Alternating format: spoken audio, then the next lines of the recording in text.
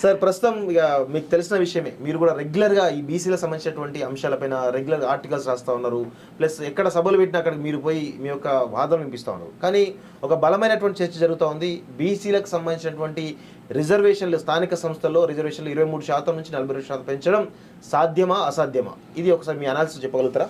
ముందుగా మనకు ముఖ్యంగా ఇప్పుడు ఒక పెద్ద ఎత్తున చర్చ మనకు తెలంగాణ రాష్ట్రంలో ఈ స్థానిక సంస్థలు అయినటువంటి గ్రామ పంచాయతీ ఎలక్షన్స్ కానీ మున్సిపాలిటీ ఎలక్షన్లలో అంటే కాంగ్రెస్ ప్రభుత్వం అధికారంలోకి వచ్చే ముందు కాంగ్రెస్ పార్టీ మేనిఫెస్టోలో కానీ కామారెడ్డి డిక్లరేషన్లో వాళ్ళు చెప్పిన అంశం ఏంటంటే ఈ 2019 తర్వాత 2019 నుండి ఈ బీసీ కోటా 34% స్థానిక సంస్థలలో ఉండే దాన్ని తగ్గించి 23కు తగ్గించి, ఎందుకంటే 50% సీలింగ్ పెట్టి తర్వాత ఈ హైకోర్టు సుప్రీంకోర్టు తీర్పులను అడ్డుగా పెట్టుకొని ఆనాడు బీఆర్ఎస్ ప్రభుత్వము ఉన్న 34% రిజర్వేషన్లను 23%కి 22% అంటే ఎస్సీ ఎస్టీ రిజర్వేషన్లో జనాభా దామాషా పద్ధతిలో దానికి పోంగా ఉన్న రిజర్వేషను 50%. అంటే కొన్ని జిల్లాలలో 23%, 22%, 20%గానే బీసీలకు పెడతా ఉన్నారు. 2009 తర్వాత జరిగిన అన్ని ఎలక్షన్స్ లోపల, స్థానిక సంస్థలలో ఎలక్షన్స్ లోపల. మరి మున్సిపాలిటీస్ కానీ లేకపోతే గ్రేటర్ హైదరాబాద్ కానీ ఇక్కడ మాత్రం 34% బీసీ కోటా వస్తున్నది. ఎందుకంటే ఇక్కడ ఎస్సీ ఎస్టీ జనాభా తక్కువ. ఇప్పుడు గ్రామీణ ప్రాంతాలలో సర్పంచ్లో కానీ ఎంపీటీసీ జెడ్పీటీసీ వార్డు మెంబర్లలో అక్కడ ఎస్సీ ఎస్టీ జనాభా ఎక్కువ. ఆ జనాభా పోను ఉన్న రిజర్వేషన్ 50% పరిమితి దాటొద్దనే ఉద్దేశంగా బీసీ రిజర్వేషన్ 34 నుంచి 22కు 20 కుదించేసి అమలు చేస్తూ ఉన్నారు. కొన్ని జిల్లాలలో 18% కూడా రావడం జరిగింది. అయితే ప్రధానంగా మనం ఆలోచన చేయాల్సినటువంటి అవసరం ఏంటంటే ఇవాళ మొత్తం భారతదేశంలో దేశానికి స్వాతంత్రం వచ్చిన తర్వాత పూర్తిగా నష్టపోయిన వాళ్ళు బీసీ కులాలే, నష్టపోతున్నది కూడా బీసీ కులాలే. అసలు దీనికి కారణం ఏందనేది ఇవాళ బీసీ యువత లోపల కానీ విద్యార్థుల లోపల మేధావులలో ఒక చర్చ జరగాలి.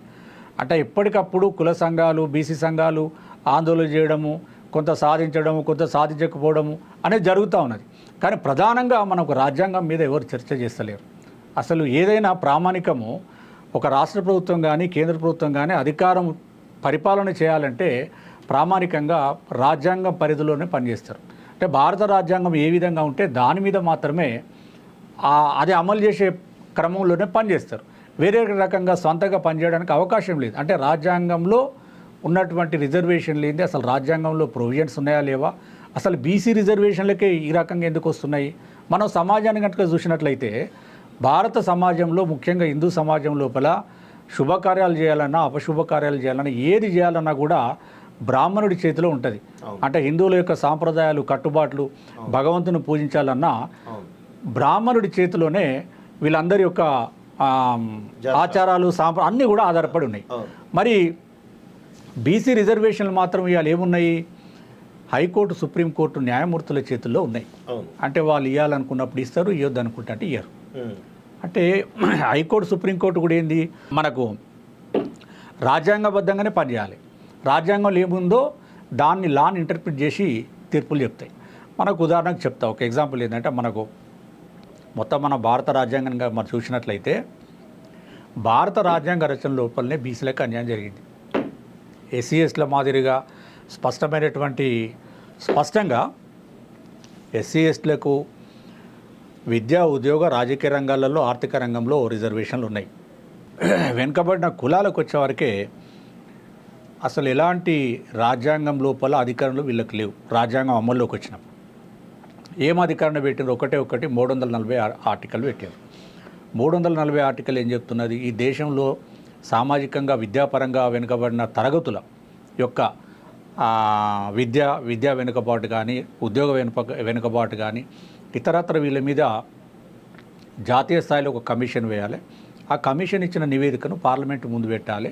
పార్లమెంటు దాన్ని అమలు చేయాలి. అంటే మొత్తం బీసీల యొక్క జీవితాన్ని, అంటే మెజారిటీ ప్రజలు 50% కంటే ఎక్కువ ఉన్న బీసీ జనాభా యొక్క విద్యా ఉద్యోగ రాజకీయ రంగాలన్నిటి కూడా గాలి వదిలేసి ఆనాడు రాజ్యాంగం అమలులోకి తీసుకొచ్చారు. అంటే ఎందుకు చెప్తున్నానంటే అసలు మనం రాజ్యాంగం మీద చర్చ చేయకుండా బీసీల పరిస్థితి ఏందని మనం చర్చ చేయడమే తప్పు నా ఉద్దేశం. భారత రాజ్యాంగంలో లేనప్పుడు నీకు ఏ పాలకుడు వచ్చినా ఏ పార్టీ అధికారంకి వచ్చినా వీళ్ళకి న్యాయం జరిగే అవకాశం లేదు. ఎందుకంటే నిచ్చెన మెట్ల కుల వ్యవస్థలో ప్రజాస్వామ్యం ముసుగులో నడుస్తున్న కులస్వామ్యంలో భారత రాజ్యాంగంలో హక్కులు ఉంటుంది, కానీ వీళ్ళకి న్యాయం జరగదు. మనకు 75 సంవత్సరాలు ఇప్పుడు స్వాతంత్రం వచ్చింది. మనం ఒకసారి అనాలిసిస్ లెక్కలు కనుక తీసినట్లయితే అసలు అసెంబ్లీ పార్లమెంట్లలో వీళ్ళకి రిజర్వేషన్ లేదు.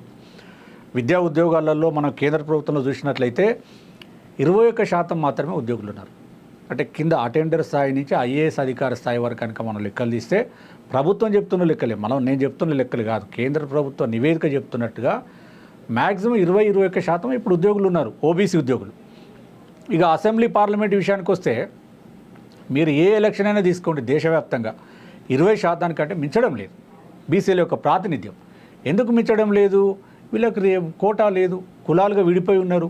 మనకు భారతదేశంలో చూసినట్లయితే ఓబీసీ జాబితా 2640 కులాలు ఓబీసీ కులాలు. మన రాష్ట్రంలో తెలంగాణ రాష్ట్రంలో 130 కులాలు. ఈ 130 కులాలలో కూడా ఒక 4-5 కులాలు, ఎందుకంటే జనాభా ఎక్కువ ఉంది, జనసంఖ్య ఉంది, కొంత ఆర్థికంగా బలంగా ఉన్నారు కాబట్టి వాళ్ళకు కొద్దిగా అవకాశాలు వస్తున్నాయి. ఎమ్మెల్యే సీట్లుగా టికెట్లు కానీ ఎంపీ టికెట్లు కానీ ఈ ఉన్న రాజకీయ పార్టీలు తప్పని పరిస్థితుల్లో వాళ్ళకు సీట్లు కేటాయిస్తున్నాయి. వాళ్ళు మాత్రమే ఈ రాజకీయాలలోకి వస్తున్నారు.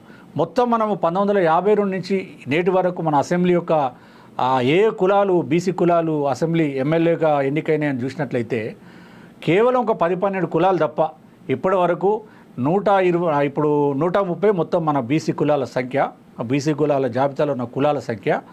దాంట్లోపల ఈ 14 మన ముస్లిమ్స్ కులాలను కనుక తీసివేసినట్లయితే 116 కులాలు హిందూ సమాజంలో, అంటే హిందువులలో 116 కులాలు సోషల్ అండ్ ఎడ్యుకేషనల్ బ్యాక్వర్డ్ క్లాసెస్గా మనం గుర్తించిన బీసీ జాబితాలో ఉన్నాయి. ఈ 116 కులాలలో కేవలం అసలు ఇక మ్యాక్సిమం ఒక 16 కులాలు, అంతకంటే అసెంబ్లీకి ఇంతవరకు పోయిన కులాలే లేవు. అంటే 100కు పైగా కులాలు ఇవాళ అసెంబ్లీ అంటే తెలియదు, పార్లమెంట్ అంటే తెలియదు. ఇలాంటి పరిస్థితుల్లో అసలు కొన్ని కులాలు అయితే బెగ్గర్ కాస్ట్లు అయితే ఎస్సీ ఎస్టీల కంటే అధ్వానంగా, అంటే ఇటు సామాజిక భద్రత లేదు, విద్యలో అవకాశం లేదు, ఉద్యోగాలలో అవకాశం లేదు, కనీసం సమాజంలో వాళ్ళ కులం పేరు కూడా చెప్పి బతికే పరిస్థితి లేదు.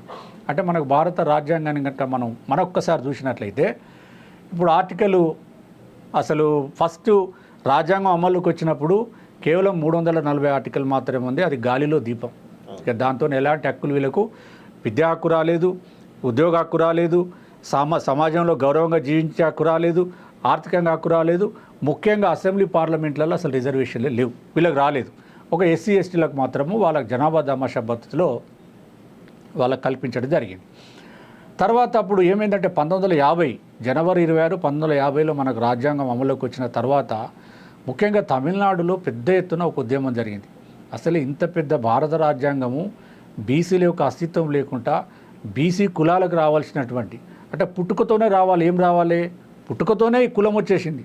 ఈ కులంతో పాటుగా సామాజిక వెనుకబాటు, విద్యాపరమైన వెనుకబాటు, అంటరానితనము, తర్వాత అది సమాజంలో చిన్న చూపు, రాజకీయ ప్రాతినిధ్యం, ఇవన్నీ వచ్చేసినాయి పుట్టుకతోటి. మరి పుట్టుకతో రావాల్సినటువంటి హక్కులను ఈ రాజ్యాంగంలో కల్పించలేదని ఆనాడు తమిళనాడులో పెరియార్ రామస్వామి గారి ఆధ్వర్యంలో పెద్ద ఎత్తున ఉద్యమం జరిగింది.